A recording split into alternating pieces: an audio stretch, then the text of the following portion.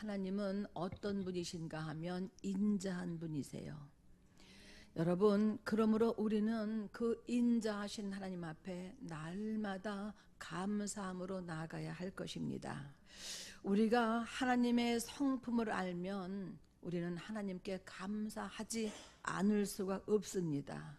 그분은 인자하시고, 그분은 선하시고, 그분은 은혜로우시고, 그분은 온유하시고, 그분은 자비로우시고, 그분은 정말 여러분, 그분의 성품을 알면 우리는 여러분 감사하지 않을 수가 없습니다. 그러므로 말미암아 우리는 여러분 정말 무엇으로 그분 앞에 감사할 것인가를 생각해야 합니다. 그래서 날마다 우리의 삶을 통해서 감사를 찾아야 돼요. 무엇으로 인하여서 주님 앞에 감사할까? 우리의 신앙은 감사하는 신앙의 연속이에요. 감사하는 신앙. 여러분, 우리에게 주신 그 믿음으로 인하여서 주님 앞에 감사해야 하고, 그리고 우리에게 베풀어 주신 그 구원으로 인하여서 우리는 감사해야 하고, 이 나같이 형편없는 자를 하나님께서 자녀 삼아 주셨으니 여러분 그 은혜가 얼마나 큽니까? 감히 어떻게 내가 하나님의 자녀가 될 수 있으며, 어떻게 내가 그분을 아버지라 부를 수 있으며, 여러분 내가 감히 어떻게 그분 앞에 나가서 그분의 얼굴을 배울 수 있겠습니까? 이 은혜를 입은 것으로 인하여서 우리는 하나님 앞에 감사해야 합니다. 그리고 내가 기도하면 그분이 들으시고 응답해 주심에 우리는 정말 감사해야 합니다. 이전에는 내가 전혀 알지 못했는데 예수를 구주로 영접하고 내가 그 정말 자녀의 은혜를 입고 그 은혜를 정말 입고 날마다 살고 보니 모든 것이 하나님의 은혜가 아닌 것이 한 가지도 없어요. 모든 것이 하나님의 은혜임을 알게 되었고 그 은혜를 안 내가 그분 앞에 날마다 주님 앞에 감사하는 그 삶이 여러분 복된 삶이에요. 감사함에도 불구하고 감사함을 모르는 사람은 여러분 얼마나 불행한 인생을 살고 있다고 생각하시는지 아시죠? 감사 아무나 하는 거 아니에요. 정말 여러분 시험 든 사람들은 감사할 수 없습니다. 마음의 상처가 깊은 사람은 감사할 수 없습니다. 그러니까 우리가 범사에 모든 일에 우리의 삶 속에서 감사한다는 것은 그만큼 우리의 믿음이 충만하고 살아있다는 얘기입니다. 여러분 모든 것이 감사해. 모든 것이 감사로 주님 앞에 찬양해야 하고, 감사로 주님 앞에 봉사해야 하고, 감사로 주님 앞에 예배를 해야 합니다.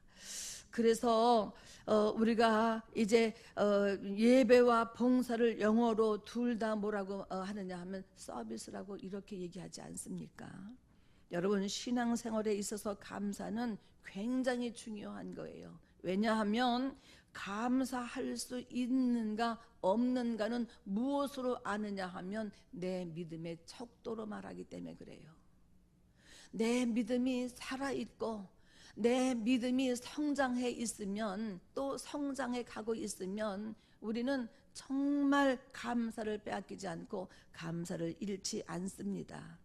우리가 감사할 때 하나님은 우리 신앙을 인정해 주신다고 이렇게 말씀하고 있거든요. 감사는 다른 말로 선택하는 거예요. 내가 감사하기로 선택을 하는 거예요.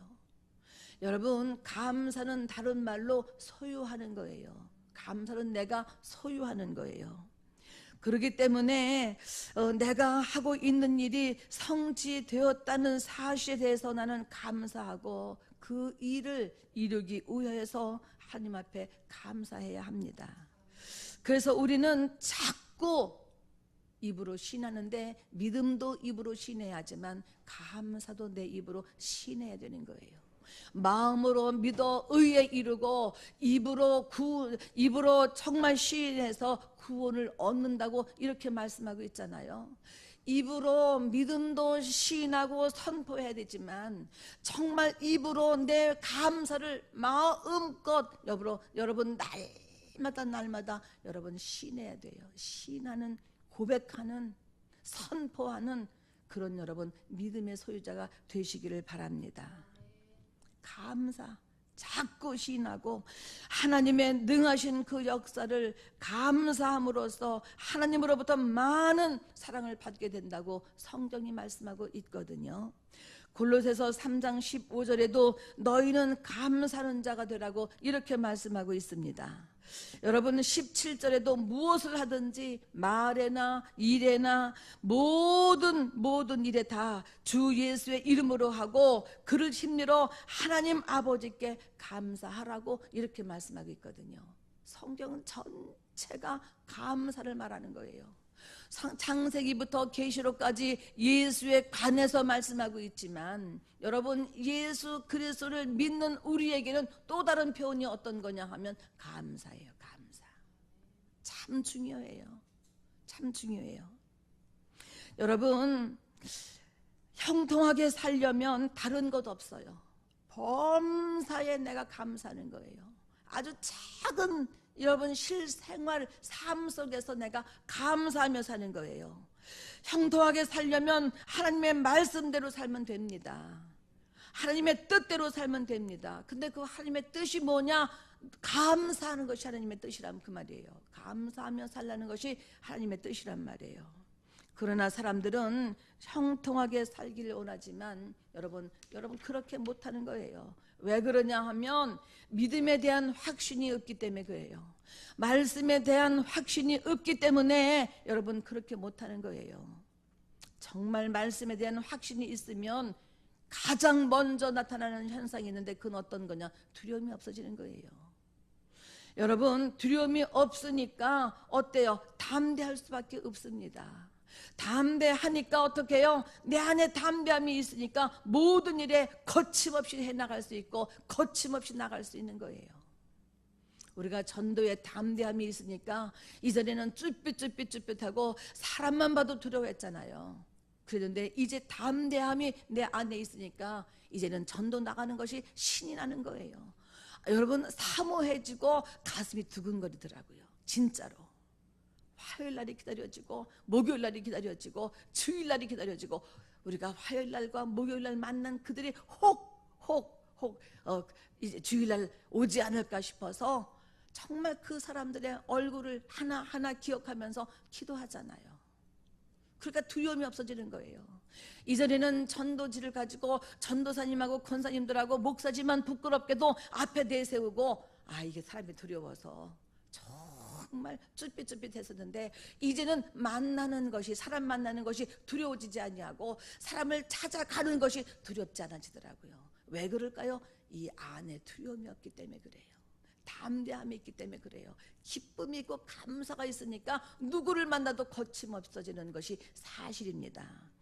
여러분 우리가 정말 감사한 것은 우리가 이 진리를 알았다는 거예요. 참 진리를 우리가 알았다는 겁니다. 여러분 내가 이제 어떻게 살아야지 아는 것이 얼마나 큰 여러분 담대함이에요. 얼마나 큰 믿음이에요. 그러니까 두려울 것이 없는 거예요. 하나님이 함께 하시면 만약 하나님이 우리를 사랑하시면 여러분 만약이 뭐예요? 그분이 우리를 얼마나 사랑하시고 우리를 얼마나 인자한 눈으로 보시고 우리를 언제나 불꽃 같은 눈동자로 우리를 지키시는 것을 우리는 알잖아요. 그러니 감사치 않을 수가 없어요. 이 땅에 아주 작은 일로 인하여서 우리는 두려워할 것이 없고 불평할 것이 없고 그 두려움을 이길 수 있는 믿음이 있고 말씀이 있고 지키시는 하나님의 은혜와 손길이 있는데 뭘 우리가 불평하며 원망하며 시비하며 그렇게 우리는 여러분 이제 불만하겠습니까? 어차피 내가 한평생 사는 인생에 내 안에 진리의 말씀으로 그분이 와 계시니 우리는 여러분 감사할 수밖에 없잖아요. 생각할수록 여러분 감사할 수밖에 없잖아요. 저는 하나님이 함께 하신다는 데 대단한 담대함이 있습니다. 어디를 가도 어디를 가도 주님이 나와 함께 하신다고 할 때에 여러분 얼마나 감사합니까? 예수께서 말씀하시기를 나는 진리요 나로 맘지 않고는 들어올 수 없느니라고 이렇게 말씀하셨습니다. 그럼에도 불구하고 우리는 예수를 믿는다고 하나 이 진리를 떠나서 엉뚱하게 다른 곳에 가서 방황하는 사람들이 얼마나 많으냐 그 말이에요. 이곳에 와 앉아 있어도 몸만 와서 앉아 있고 이 내 마음은 쭉 빠져서 세상에 나가서 다른 데를 방황하고 돌아다니는 사람들이 얼마나 많으냐 그 말이에요. 저는 요즘에 무엇을 깨닫느냐 하면 예수 안에 불신앙을 깨달아요. 가슴을 쳐요 제가. 나는 성령께서 정말 섭섭해 하시고 성령께서 한탄하시는 것을 여러분 난 그 성령의 눈물을 보았어요. 교회 안에 불신앙, 이 교회 안에 여러분 이 불신앙을 몰아내야 합니다. 여러분 정말 이제 오직 진리의 말씀을 통해서 우리가 하나님을 뵙는다고 할 때에 이 진리가 누구냐 그 말이에요. 진리가 예수님이시잖아요. 그분이 내 안에 와 계셔서 나와 함께 하시고 세상 끝날까지 영원히 나를 그와 같이 버려두지 아니하시고 세상 끝날같이 나와 함께 하신다고 할 때에 두려움이 없어지잖아요. 염려와 근심이 없어지잖아요. 그러니까 우리는 감사할 수밖에 없습니다. 성경은 이 진리를 떠나서 다른 곳으로 가면 바로 더 이상 속죄할 제사가 없고 회개할 수 없나니 이런 자는 다시 예수를 십자가에 못 박아 욕을 보이는 자들이라고 이렇게 말씀하고 있어요. 히브리서에. 다시 십자가에 못을 박을 수 없다 그 말이에요. 우리는 이것 알아야 합니다. 여러분 우리는 우리에게 진리를 알게 하신 것을 진정으로 감사해야 합니다. 우리가 진리 안에 있음은 여러분 정말 여러분 굉장한 능력이에요. 우리가 진리를 정말 소유하고 살고 있다는 것은 대단한 축복이에요. 대단한 능력이에요. 이것을 아는 자는 주님 앞에 감사하지 않을 수가 없지요. 예수는 우리에게 감사라고 이렇게 가르치고 계십니다. 너희는 범사에 감사하라. 이것이 하나님의 뜻이라고 이렇게 말씀하고 있잖아요. 하나님의 뜻은 우리가 불평하며 나를 원망하며 미워하며 사는 것이 아니라 오직 하나님 앞에 감사하며 사는 것이라고 이렇게 말씀하고 있습니다. 성경은 전부 감사에 대한 말씀이에요. 감사. 하나님이 나를 어떻게 사랑하시고 어떻게 구원하셨는지를 알면 어떻게 감사하지 않을 수 있어요. 정말 예수 믿기 이전에 나를 생각하고 오늘 나를 생각하면 어찌 감사하지 않을 수 있어요. 감사. 부모님이 나를 얼마나 사랑하시고 어떻게 나를 키우셨는지를 알면 부모님 앞에 여러분 얼마나 감사합니까? 감사하지 않을 수 없잖아요. 제가 요즘에 어떤 할머니를 알았는데 그 할머니가 87세예요. 이 할머니는 소아마비, 그래서 다리를 졌는데 너무 심하게 절어요. 쩔뚝쩔뚝 몸이 한쪽으로 아주 기울어질 정도로 쩔뚝쩔뚝 다리 하나가 이렇게 짧아, 많이 짧아. 그런데 그 할머니가 수영장에서 수영을 할 때에 3시간씩 수영을 하시는 거예요. 우리는 1시간 이상 수영을 못 하거든요. 제가 그 할머니 따라서 수영하다가 몸살 났잖아요. 정말 진짜 몸살이 나가지고요. 그 할머니는 1000번씩 하룻밤에 복식 호흡을 하고 사신대요. 주무신대요. 복식 호흡을. 그리고 수영장을 숨도 쉬지 않고 쉬지 않고, 저는 그렇게 못 돌거든요. 그런데 저는 한 바퀴도 못 돌아요. 여기서 가서 쉬고 또 다시 오고 그러는데 그가 나를 붙잡고 얘기하는 거예요. 그 할머니가 그렇게 수영하면 안 된다. 처음이 중요하다. 이 할머니는 40번을 왔다 갔다 하시는 거예요. 수영장을요. 안 쉬고. 그 노하우가 어디 있느냐? 복식 호흡에 있다는 거예요. 그 할머니가. 그러면서 그 할머니가 자기를 얘기하는 거예요. 나는 정말 고생을 해도 이 세상에 나만큼 고생한 사람이 없다는 거예요. 87세니까 뭐 전쟁 뭐 다 겪으셨잖아요. 자기만큼 고난을 겪은 사람이 없다는 거예요. 이 세상에 아무리 고생한 사람을 가지고 와도 자기만큼 고생한 사람이 없다는 거예요. 그러니까 자기가 한쪽 다리가 짧아서 소아마비니까 정상적인 사람한테 시집을 가지 못했을 거 아니냐 그 말이지요. 그래서 그 성하지 못한 남편한테 시집을 가서 어떻게 해가지고 남의 터를 빌려가지고 거기다가 천막을 쳐가지고 양계를 했는데 전염병으로 인해서 7,000마리가 죽었대요. 하루아침에 그 다음날 아침에 일어나 보니까 닭장에 닭이 다 쓰러져 죽었더라는 거예요. 그래서 구덩이를 파가지고 몇십 년 전 얘기예요. 이게요, 요즘이 아니라 구덩이를 파가지고 닭 7,000마리를 그걸 묻는데 그것도 일이잖아요. 자식같이 정말 아침 저녁으로 밥을 먹이면서 모이를 먹이면서 그렇게 돌보면서 키우던 그 닭이 7,000마리가 죽어서 땅을 파가지고 구덩이를 파가지고 그를 뜯어서 묻고 난 다음에 자기 남편이 충격을 받고 너무너무 충격을 받아서 시름시름 앓다가 돌아가셨대요. 그러니까 아무것도 자기 땅이 아니잖아요. 그러니까 그 땅에서 쫓겨나가지고 그 자식 넷을 낳아가지고 자기 남편은 시름시름 앓고 죽다가 어떻게 하겠어 한번 생각해 보세요.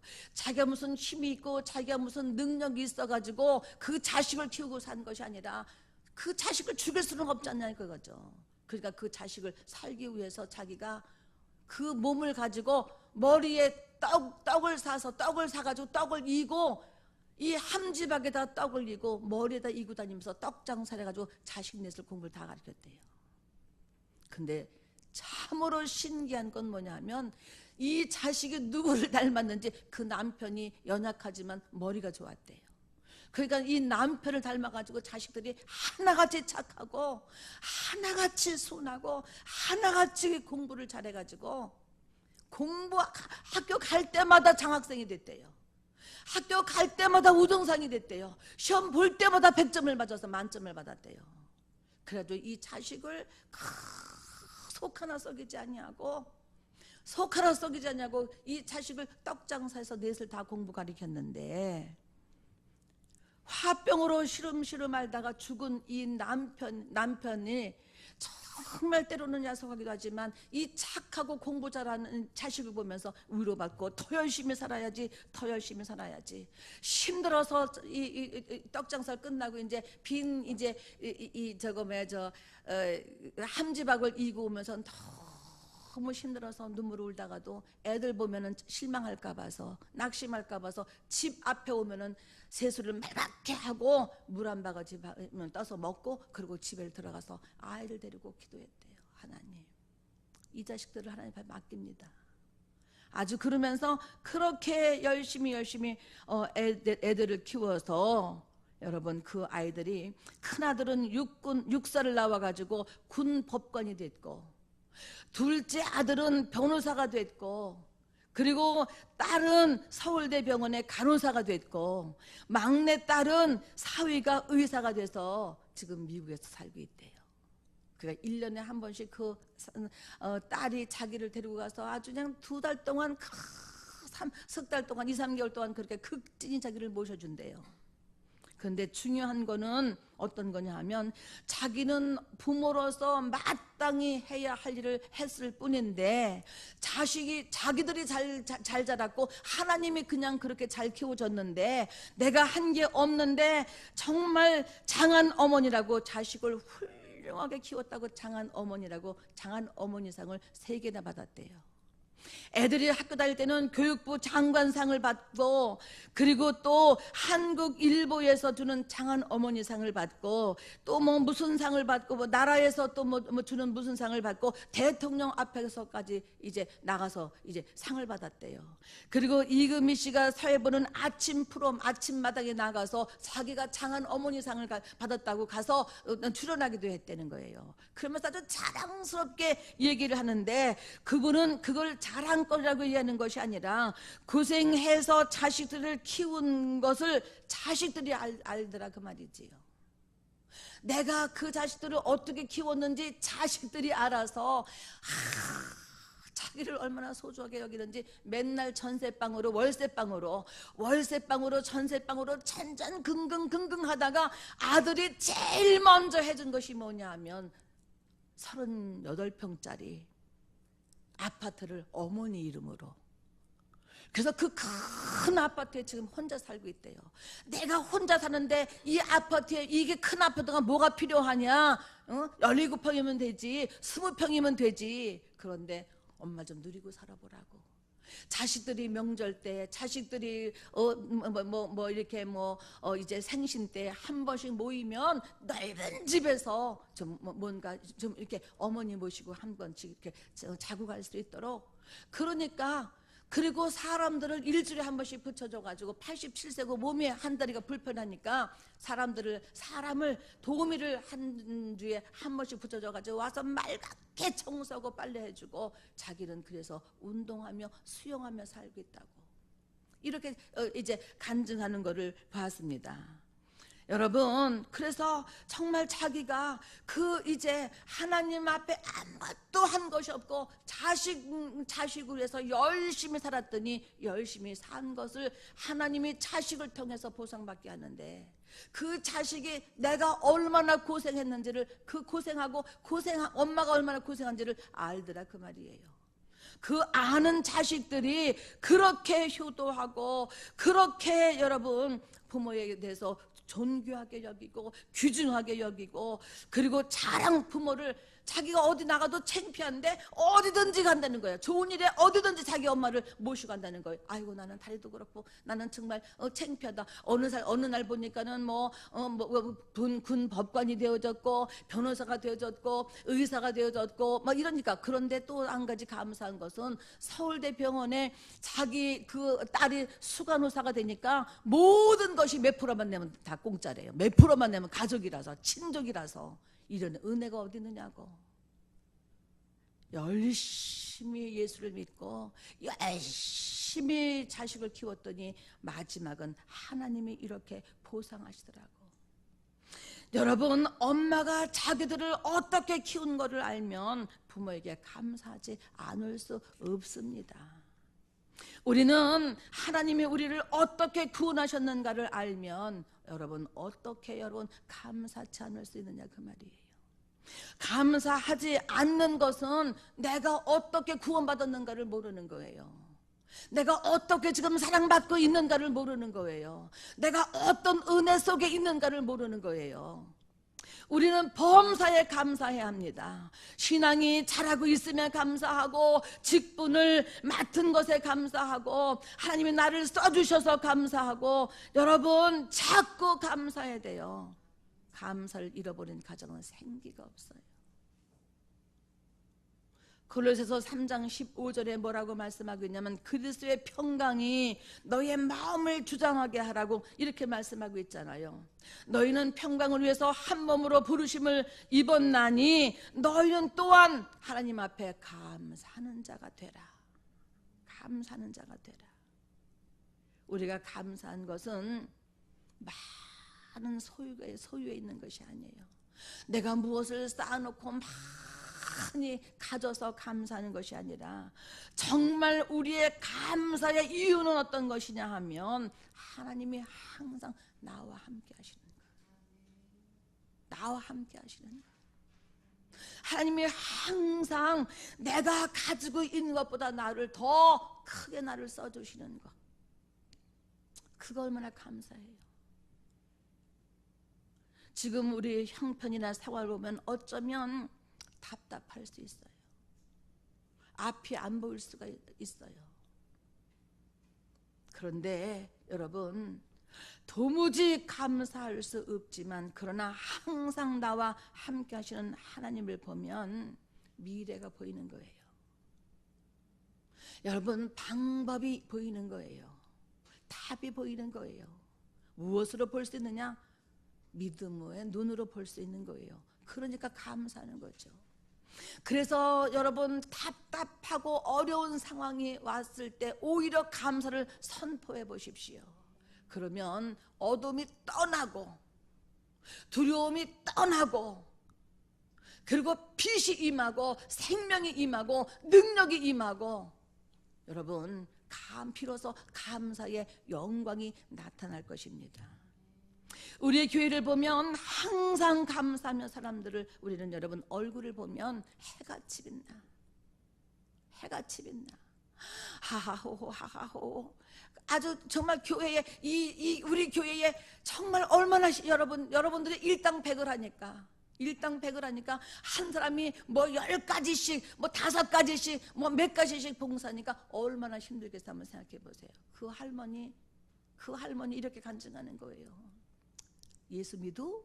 나 목사인지 모르고 예수 믿어? 집이 예수 믿어? 네. 목사라는 얘기 안 하고 네. 왜? 목사님 얘기를 못하겠는 거 너무 창피하고 너무 작아 보여서 그 할머니한테 그 할머니는 키도 작은데 너무 커 보이는 거야. 네. 잘 믿어보시오. 예수 믿는 것은 하나님이 책임지신다는 거예요. 잘 믿어보시오. 나는 다른 거 얘기 안 해. 나를 보면 하나님이 살아계신 것 알아. 하나님이 살아계신 것 알아. 그러니까 이 작은 키에 이 몸이 걸으려면 몸이 많이 움직이시거든. 다리가 많이 짧으니까. 그런데 그거 가지고 안 해본 게 없대. 젊어서 안 해본 게 없대. 여선교회 회장도 해보고 무슨 뭐 재정도 봐보고 무식한데 돈은 셀 수 있지 않느냐. 봉투는 이렇게 나눠줄 수, 이거 감사원금 11조원금 이거는 뭐 주일원금 나눠줄 수 있지 않느냐 이거예요.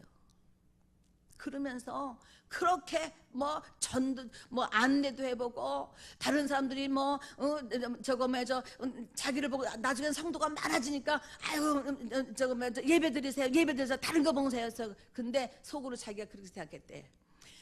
내가 외모가 이렇게 못났고 내가 이렇게 병신이니까 다른 사람들이 내가 안내를 보는 거 처음 보면 창피하다 그 말이지. 그 목사님한테 가서 일렀대. 내가 창피하냐고. 목사님이 자랑스럽다고 우리 교회 얼굴이라고 아주 힘이 있을 때까지 하시라고. 나는 87세인데 지금도 안내한다는 거예요. 지금도 잘생기고 아주 젊은 사람들 앞에 세우고 나는 저 뒤에 맨 밑에 계단 밑에 가서 나는 주보를 주면서 안내를 하는데 사람들이 자기가 30년을 그 교회에서 안내를 하니까 자기한테 와서 다 주보를 받아간대. 다 자기한테 와서. 지금도 안내를 한다는 거예요. 지금도 막 당회장실하고 뭐 교회가 크니까는 뭐 요즘에는 뭐 욕력이 하지만 소용없대. 강단하고 다 하고 가도 소용없대. 강대상하고 담임 목사님 실은 자기가 또 들어가 한대. 담임 목사님이 조금 불편한 거 알고 있대. 목사님이 3분이 바뀌었으니까. 그런데 조금 불편한 걸 그랬거나 말았거나 나는 침노하는 자일 것, 내가 천국은 침노하는 자일 것이라고. 내가 그렇게 해서 복을 받았고 그 복 받은 게 아니라 내가 그 은혜를 아니까 상관없다는 거예요. 나는 밀고 들어간다는 거예요. 밀고 들어간다는 거예요. 여러분, 가정을 우리가 신방할 때에 정말 여러분 이제 제자들에게 예수님께서 뭐라고 말씀하셨느냐면 너희는 어느 가정에 가든지 먼저 축복을 빌라 이렇게 말씀하셨거든요. 가정을 신방할 때에 이 가정을 축복해 주시옵소서. 이 가정에 평안이 있기를 원합니다 하고 그 가정을 위해서 복을 빌면 그 가정이 복을 받는다고 성경이 이렇게 말씀하고 있거든요. 목사는 하나님의 말씀에 의해서 아주 마음을 다해서 진정한 믿음으로 축복하고 영혼이 잘 되게 해달라고, 여러분 시험에 들지 않도록 이와 이 가정이 심령이 평안하도록 간절히 기도하는데, 정작 축복을 받아야 할 사람들은 부담스러워하고 탐탁지 않게 여긴다면 여러분 목사의 축복이 무슨 소용이 있겠어요? 한번 생각해 보세요. 여러분, 목사가 만나서 너무 반가워서 너무 좋아서 손을 잡고 기도하는데, 여러분, 그는 이 기도하는 이 기도 소리에 나를 온전히 맡겨서 그 말씀이 축복의 기도가 내 영으로 받고 마음으로 받아서 내 삶에 나가 흘러넘치도록 해야 되는데, 손은 잡혀서 기도를 하는데 마지못해 잡혀서 기도하는데 내 영혼은 다른 마음, 다른 생각, 다른 데 나가 있다면, 탐탁지 여기지 않는다면 비는 축복이 무슨 소용이 있겠냐 그 말이에요. 여러분, 마지못해서 전도하고 마지못해서 헌금하고 마지못해서 예배에 참여하는 자의 축복이 어떠하겠냐 그 말이에요. 정말 복이 되겠느냐 그 말이에요. 밑빠진 독에 물 붓는 격이지요. 여러분, 지혜롭게 생각하시고 정말 하나님이 기억하시고 하나님이 받으실 수 있는 영적 생활을 해야 되는데, 그 첫 번째가 뭐냐 하면 범사에 감사하는 거예요. 모든 일에 감사하는 거예요. 여러분, 감사를 회복해야 합니다. 그래야지 모든 것을 얻는 것입니다.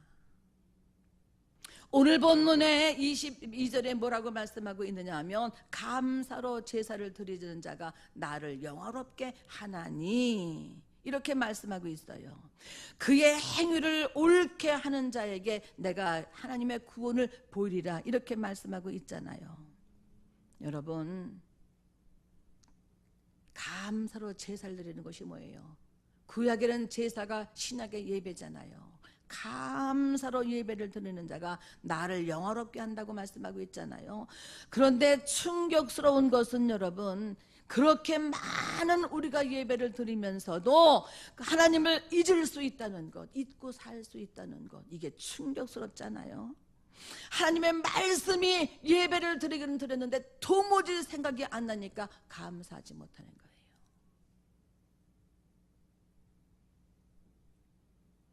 그 이유는 여러분, 말씀 없이 예배를 드렸기 때문에 그래요.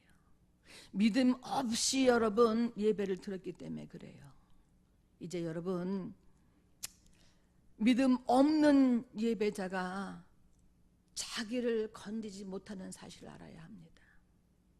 감사가 없는 예배자는 자기를 건지지 못하고 다른 사람에게도 도움이 되지 않는다는 것을 여러분 알아야 합니다. 가장 어리석은 사람은 안전하지 않은 것을 안전하다고 믿는 사람이에요. 가장 어리석은 사람이에요. 여러분, 무너질 다리를 건너는 사람이 어리석은 거 아시죠? 하나님은 그들을 도울 생각이 없는데 그들은 도와주시라고 생각하는 어리석은 그리스도인들.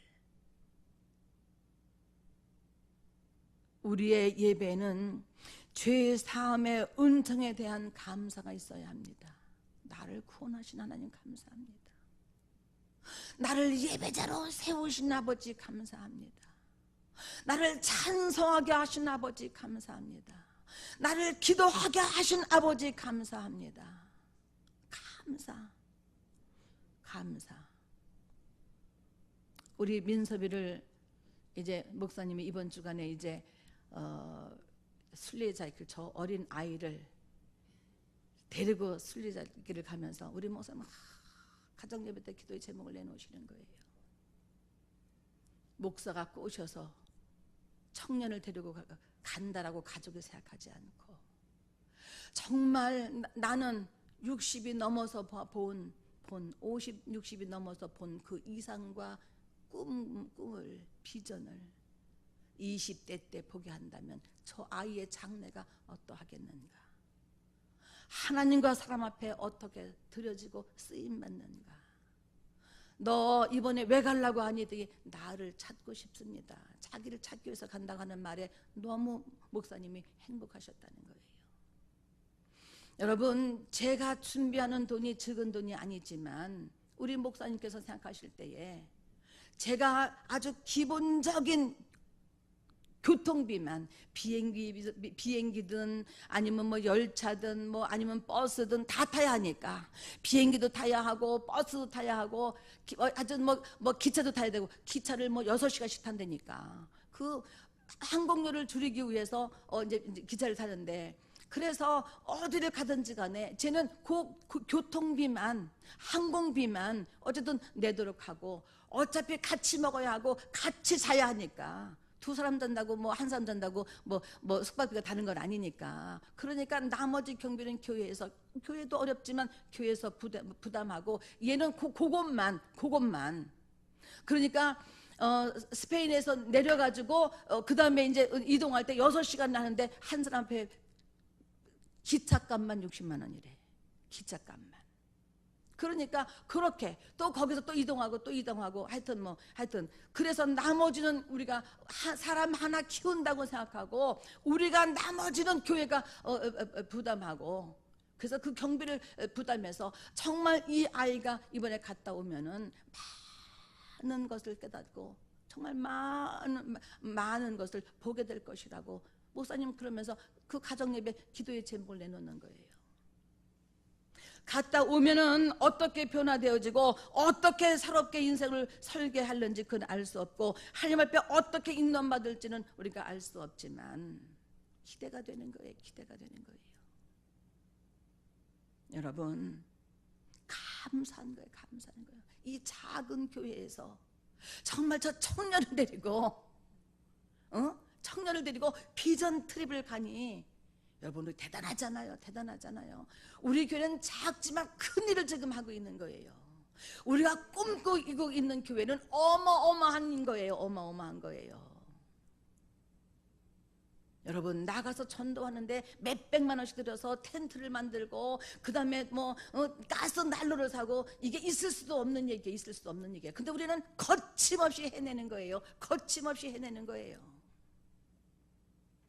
여러분, 우리는 여러분 정말 이제 마음을 다해서 주님을 사랑하고, 우리는 힘을 다해서 주님을 사랑하고, 우리는 온 마음을 다해서 여러분 주님 앞에 감사하는 감사의 신앙을 회복해야 합니다. 감사 회복. 예배를 드렸음에도 불구하고 도무지 말씀이 기억나지 않는다면 여러분 예배의 실패자입니다. 여러분, 말씀 없는 예배는 위선자예요. 그러니까 어리석은 자가 되지 말고 우리는 지혜로운 자가 되어지고, 우리는 무너질 다리를 여러분 안전하다고 건너는 자가 아니라, 우리는 이미 하나님께서 우리 앞에 우리의 모든 장래, 우리의 모든 인생을 설계해 놓으신 그 하나님 앞에 우리는 편승해서 간다면 얼마나 인생이 가볍고 쉽겠어요. 이걸 어떻게 아느냐 하면 예배를 통해서 안다 그 말이에요. 예배자가 없는 예배자가 아니라 정말 온 마음을 다해서 여러분 신령과 진정으로 예배를 드리는 예배자가 되시기를 바랍니다. 감사를 아는, 감사가 있는 예배자가 되기를 바랍니다. 그래서 결론은 어떤 거냐 하면, 우리의 예배에는 죄사함의 은총에 대한 감사가 있어야 하고, 다시 살게 하신 하나님에 대한 헌신이 있어야 합니다. 그런 사람들을 하나님께서 위기에서 건져주시며 하나님께 영광을 돌리게 하실 것입니다. 여러분, 감사가 여러분의 심령과 가정 속에 넘치기를 예수 그리스도의 이름으로 축복합니다.